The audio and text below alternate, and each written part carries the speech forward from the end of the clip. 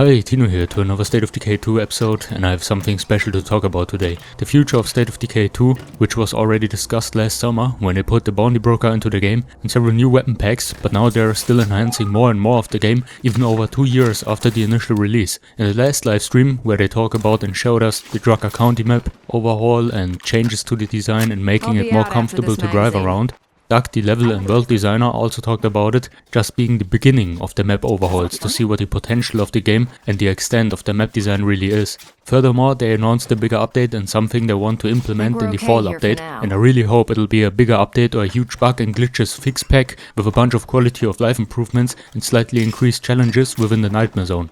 The level designing might be done for Cascade Hills next, at least it's the map that has a lot of similarity to Drucker County and also a lot of empty naked space between the towns if you ask me. Due to all this map improvements and enhancing, I think they're also planning and maybe even working on the 5th and final map, maybe the Trumbull Valley map from the first game, but without the Plague Walls of course, and the ton of top left town like it was done in Heartland DLC. Because the military camp and the small surrounding town on the top northwest of Trumbull Valley had the biggest base along with the warehouse in the first game, and the ranch had a nice design. Maybe they'll also add the Jurassic Junction base from Heartland too, but a little bit weaker because the facilities in the base slots itself were overpowered and only adjusted and made for the Heartland challenge to scale things up to the threats. Speaking of adjustments and scaling things to the challenges and difficulties, there should also be better loot and events with rewards. I know I already talked about this like 1,000 times and I already annoy you, but it's my number one wish, and maybe I should put it up to the wish list on a website.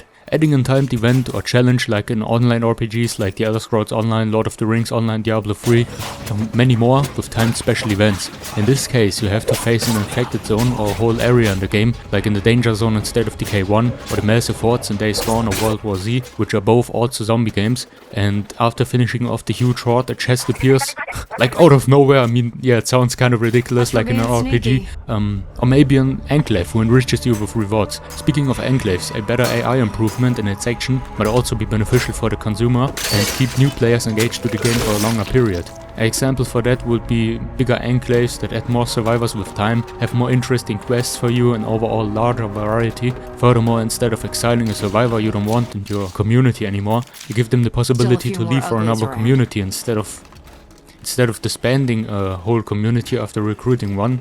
Just decrease the standing or bond with them down to neutral again, so we have to work it up to allied status again. A lot of against here, damn it, I'm repeating myself. And these are of course just ideas to improve the whole playing experience in State of Decay 2, and just my view on those things. So of course let me know your opinion down in the comments, your ideas, your wish lists, whatever. It may also sound ridiculous, but just let me know, I'm interested into your opinions. But all of this is just an if, and with many maybes, because if they do a huge update, if they really implement such things or work on that, because me and most other State of Decay YouTubers are convinced that the Juggernaut edition was the last huge update and enhancement, and that's totally fine. The only thing I like to see and always appreciate are quality of life improvements, better AI behavior, and maybe, and I will definitely pay for that, I swear, small DLCs of the Apocalypse, the Prepper Pack, and all of the others that had unique vehicles and weapons, because they're expired for a long time ago and aren't available for the newcomers, because many newcomers started the game in recent months and didn't have the opportunity to obtain such things. So yeah, would also be an idea. And not so hard to implement, because it was already in the game and it's still available for people who bought it back in the day and had the Ultimate Pack. I think it was the Ultimate Edition or something that had those things, or the Season Pass, whatever. I guess most of you know what I mean, the Apocalypse Sword, the Apocalypse Bat, the other unique designed vehicles. So yeah, like I said, let me know your opinions down in the comment below. Thanks for tuning in, have the greatest day in your entire life, and yeah, goodbye.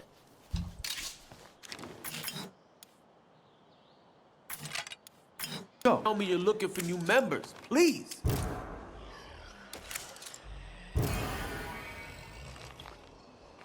Thanks for letting me join you. Come back to the base with me.